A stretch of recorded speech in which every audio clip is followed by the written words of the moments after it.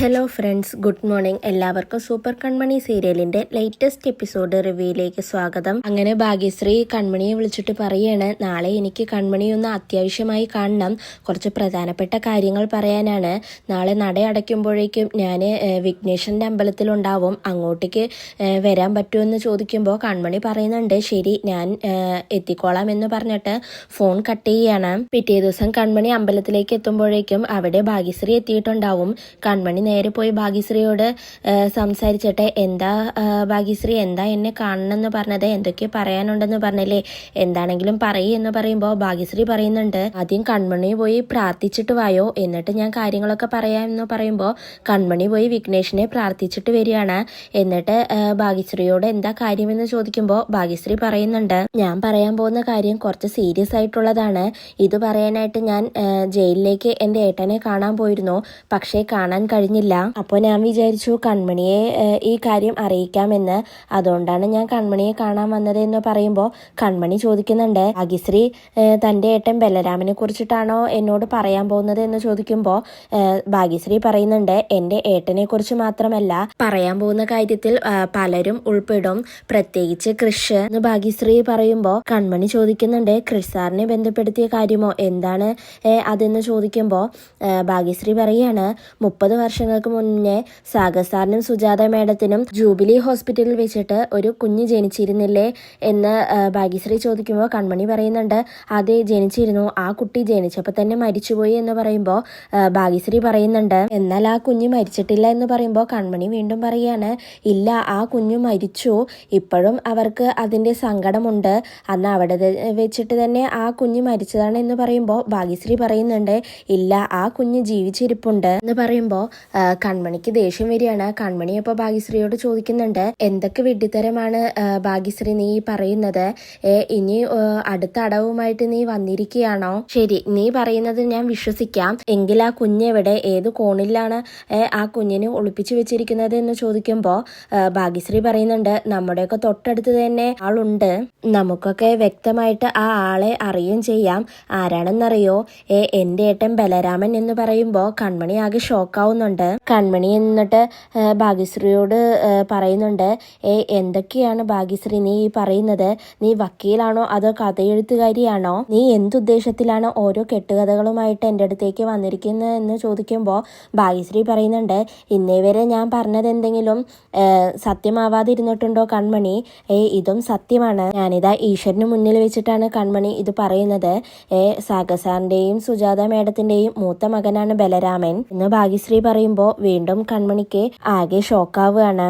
കൺമണി എന്നിട്ട് ഭാഗ്യശ്രീയോട് പറയാണ്, ഇല്ല ഞാനിത് വിശ്വസിക്കില്ല, ഭാഗ്യശ്രീ പറഞ്ഞതെല്ലാം ഞാൻ വിശ്വസിച്ചിട്ടുണ്ട്, പക്ഷെ ഇതെനിക്ക് വിശ്വസിക്കാൻ പറ്റില്ല, എന്തോ പ്രത്യേകമായ ഒരു ഉദ്ദേശത്തോടു കൂടിയാണ് നീ ഇപ്പോൾ വന്നിരിക്കുന്നത്, എന്തോ ഒരു ഗൂഢാലോചന ഇതിൻ്റെ പിന്നിലുണ്ടെന്ന് പറയുമ്പോൾ ഭാഗ്യശ്രീ പറയുന്നുണ്ട്, അതെ പ്രത്യേക ഉദ്ദേശമുണ്ട്, കാരണം സാഗർ സാറും സുജാത മേഡവും വലിയൊരു ആപത്തിലേക്കാണ് പോകുന്നത്, അതിന് കാരണക്കാരനാവുന്നത് ചിലപ്പോൾ ബലരാമേട്ടനോ ആയിരിക്കാം, സത്യത്തിൽ എൻ്റെ ബലരാമേട്ടന് ഈ കാര്യങ്ങളൊന്നും അറിയില്ല, എനിക്ക് ഏട്ടനെ അറിയിക്കാനും പറ്റിയില്ല, എൻ്റെ അച്ഛനും അമ്മയുമാണ് ഇതിനെല്ലാം ഗൂഢാലോചന നടത്തുന്നത്, ഇതിനെക്കുറിച്ച് ഒരുപാട് കാര്യങ്ങൾ എനിക്ക് പറയാനുണ്ട്, പക്ഷെ അതിനു മുന്നേ കൺമണി ഇത് സാഗർ സാറിനെയോ കൃഷിനെയോ എത്രയും പെട്ടെന്ന് അറിയിക്കണം എന്ന് ഭാഗ്യശ്രീ പറയുമ്പോൾ കൺമണി പറയുന്നുണ്ട്, ഭാഗ്യശ്രീ നിനക്കെന്താ വട്ടുണ്ടോ, സാഗർ സാറിൻ്റെ മകനാണ് കൃഷിൻ്റെ ചേട്ടനാണെന്നൊക്കെ പറഞ്ഞിട്ട് വരാന്, ദയവ് ചെയ്ത് ഇതൊന്നും അവരോട് പോയിട്ട് നീ പറയരുത് എന്ന് പറയുമ്പോൾ ഭാഗ്യശ്രീ പറയുന്നുണ്ട്, ഇല്ല ഞാനൊന്നും പറയില്ല,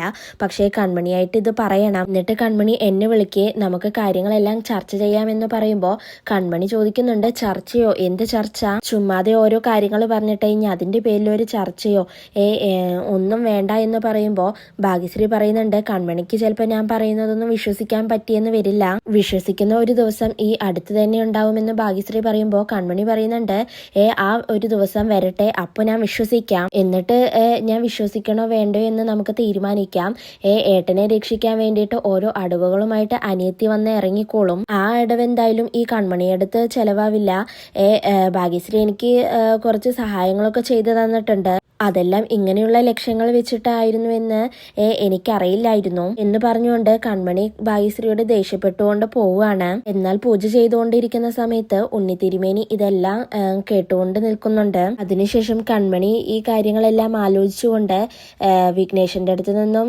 ഇറങ്ങി വരുന്ന സമയത്താണ് അങ്ങോട്ടേക്ക് കൃഷി വരുന്നത്. കൃഷിനെ കാണുന്ന സമയത്ത് തന്നെ കൺമണിക്ക് ആകെ ടെൻഷൻ ആവുന്നുണ്ട്.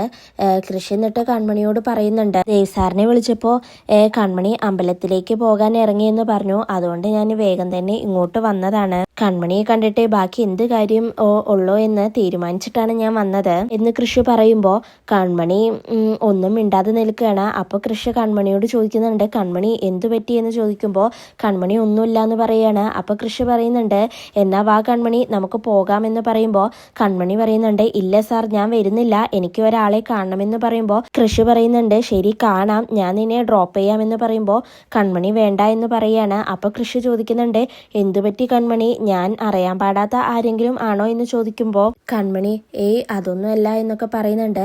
വീണ്ടും കൃഷി ചോദിക്കുന്നുണ്ട്, എന്തുപറ്റി കൺമണി, നിനക്ക് എന്താ മുഖം ഒക്കെ വല്ലാതെ ഇരിക്കുന്നത്, ആ വരുൺ നിന്നെ വിളിക്കുകയോ കാണുകയോ എന്തേലും ചെയ്തോ എന്ന് ചോദിക്കുമ്പോൾ കൺമണി ഇല്ല എന്ന് പറയുന്നുണ്ട്. അപ്പൊ വീണ്ടും കൃഷി പറയുന്നുണ്ട്, കൺമണിക്ക് എന്തോ പറ്റിയിട്ടുണ്ട്, ചിലപ്പോൾ വെയിൽ കൊണ്ടിട്ടായിരിക്കും, വാ നമുക്ക് വണ്ടിയിൽ പോകാമെന്ന് പറഞ്ഞിട്ട് കൃഷി വിളിക്കുന്ന സമയത്ത് പെട്ടെന്ന് കൺമണിക്ക് ആകെ വെപ്രാളപ്പെടുകയാണ്. പെട്ടെന്ന് കൺമണി മയങ്ങി വീഴാൻ പോകുന്ന സമയത്ത് കൃഷി വന്ന് കൺമണിയെ പിടിക്കുന്നുണ്ട്. എന്നിട്ട് എന്ത് പറ്റി കൺമണി എന്ന് ചോദിക്കുമ്പോൾ കൺമണി പറയുന്നുണ്ട്, എന്താണെന്നറിയില്ല സാർ, എനിക്ക് കൈയും കാലൊക്കെ തളരുന്നത് പോലെ തല കറങ്ങുന്നത് പോലെ തോന്നുന്നു എന്ന് പറയുകയാണ്. അപ്പൊ കൃഷി കൺമണി എന്തു പറ്റി, വാ നമുക്ക് വേഗം ഹോസ്പിറ്റലിൽ പോവാമെന്ന് പറയുമ്പോൾ കൺമണി പറയുന്നുണ്ട്, വേണ്ട സാർ, എനിക്കൊരു നാരങ്ങ വെള്ളം വാങ്ങിച്ചു തന്നാൽ മതി, വളരെ ദാഹം തോന്നുന്നുണ്ട്, അത് കുടിച്ചാൽ ക്ഷീണം മാറും, എനിക്കൊരു നാരങ്ങ വെള്ളം വാങ്ങിച്ചു തരുമോ എന്ന് ചോദിക്കുമ്പോൾ കൃഷി ശരി ഞാൻ വാങ്ങിത്തരാമെന്ന് പറഞ്ഞിട്ട് കൺമണിയെ കാറിൽ കൊണ്ടുപോയി ഇരുത്തിയിട്ട് നാരങ്ങ വെള്ളം വാങ്ങാൻ പോവുകയാണ്.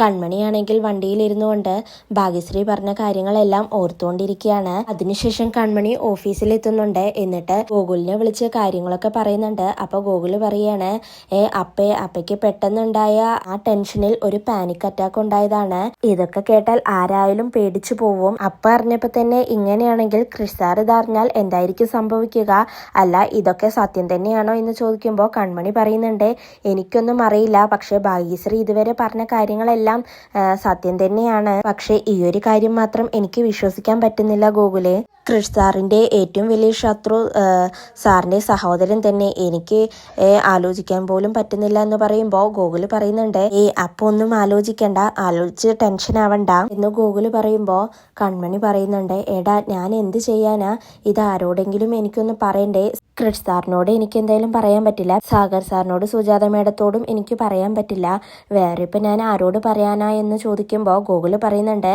ഈ കാര്യങ്ങളൊക്കെ അറിയിക്കാൻ പറ്റിയ ഒരേ ഒരാള് ദേവ്ജി സാറാണ്, സോറി ദേവ്ജി സാറല്ല, ദേവ്ജി അപ്പൂപ്പൻ, ആ അപ്പൂപ്പനോടെല്ലാം പറഞ്ഞാൽ മതി എന്ന് പറയുമ്പോൾ കൺമണി പറയുന്നുണ്ട്, ഗോകുലെ നീ ഒരു സംഭവം തന്നെയാടാ, ഈ കാര്യങ്ങളെല്ലാം പറയാൻ പറ്റുന്ന ഒരേ ഒരാള് ദേവ് സാർ തന്നെയാണ്, ഞാൻ എന്തായാലും ദേവ് സാറിനോടെല്ലാം ഈ കാര്യങ്ങൾ പറയുന്നുണ്ട് എന്ന് പറഞ്ഞിട്ട് കൺമണി ഫോൺ കട്ട് ചെയ്യുകയാണ്. അതിനുശേഷം ദേവ് സാർ ഓഫീസിലേക്ക് വരുന്ന സമയത്താണ് സാഗർ വിളിക്കുന്നത്. ദേവ് സാറിനോട് എന്നിട്ട് സാഗർ ചോദിക്കുന്നുണ്ട്, എൻ്റെ സൽപുത്രൻ ഓഫീസൊക്കെ നോക്കുന്നുണ്ടല്ലോ, എന്താണ് അവിടുത്തെ അവസ്ഥ എന്നൊക്കെ ചോദിക്കുമ്പോൾ ദേവ് സാറ് പറയുന്നുണ്ട്, കൃഷിനെ കൊണ്ട് ഒരു കുഴപ്പവുമില്ല, അവൻ നന്നായിട്ട് തന്നെ ഓഫീസൊക്കെ നോക്കുന്നുണ്ടെന്ന് പറയാണ്.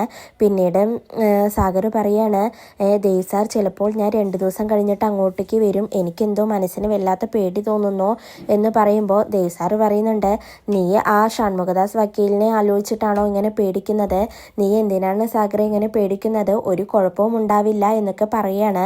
വീണ്ടും സാഗർ ചോദിക്കുന്നുണ്ട്, ആ ലാലിയെക്കുറിച്ച് വല്ല അറിവും കിട്ടിയോ എന്ന് ചോദിക്കുമ്പോൾ ദേവ് സാറ് പറയുന്നുണ്ട്, ഇല്ല ഇതുവരെ ഒന്നും അറിയാൻ സാധിച്ചിട്ടില്ല, അന്വേഷിക്കുന്നുണ്ട് അവളെക്കുറിച്ച് എന്ന് പറയുകയാണ്. അപ്പോഴാണ് അങ്ങോട്ടേക്ക് കൺമണി ദേവ് സാറിനോട് കാര്യങ്ങളെല്ലാം പറയാൻ വേണ്ടി വരുന്നത്.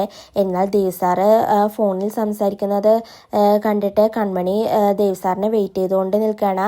അപ്പോഴേക്കും അങ്ങോട്ടേക്ക് ഒരു സ്റ്റാഫ് വന്നിട്ട് കൺമണിയോട് പറയാണ്, കൺമണി നീ എൻ്റെ കൂടെ ഒന്ന് ആ കഫേ വരെ വരുമോ? എന്നെ ഒരാള് പെണ്ണ് കാണാൻ വരുന്നുണ്ട്.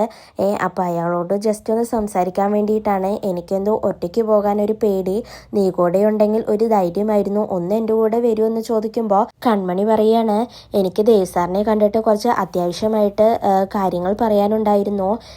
നീ ഒറ്റയ്ക്ക് പോകുമെന്ന് ചോദിക്കുമ്പോൾ ആ സ്റ്റാഫ് പറയുന്നുണ്ട്, കൺമണി നീ കൂടെ ഉണ്ടെങ്കിൽ ധൈര്യമാണോ? ഒന്ന് എൻ്റെ കൂടെ വരുമോ? സാറിൻ്റെ ഫോൺ വിളി ഇപ്പോഴൊന്നും കഴിയില്ല, അപ്പോഴേക്കും നമുക്ക് വരാമെന്ന് പറഞ്ഞിട്ട് കൺമണിയും വിളിച്ചുകൊണ്ട് ആ സ്റ്റാഫ് കഫേയിലേക്ക് പോവുകയാണ്. ആ സ്റ്റാഫ് തന്നെ കാണാൻ വന്ന ആളോട് സംസാരിക്കാനായിട്ട് പോകുമ്പോൾ കൺമണി പുറത്ത് തന്നെ ഇരിക്കുന്നുണ്ട്. അപ്പോഴാണ് കൺമണി അവിടെ ലാലിയെ കാണുന്നത്. ലാലിയെ കാണുന്ന സമയത്ത് കൺമണിക്ക് ദേവ് സാറ് വരയ്ക്കാൻ പറഞ്ഞ ആ ചിത്രം ഓർമ്മ വരുന്നുണ്ട്.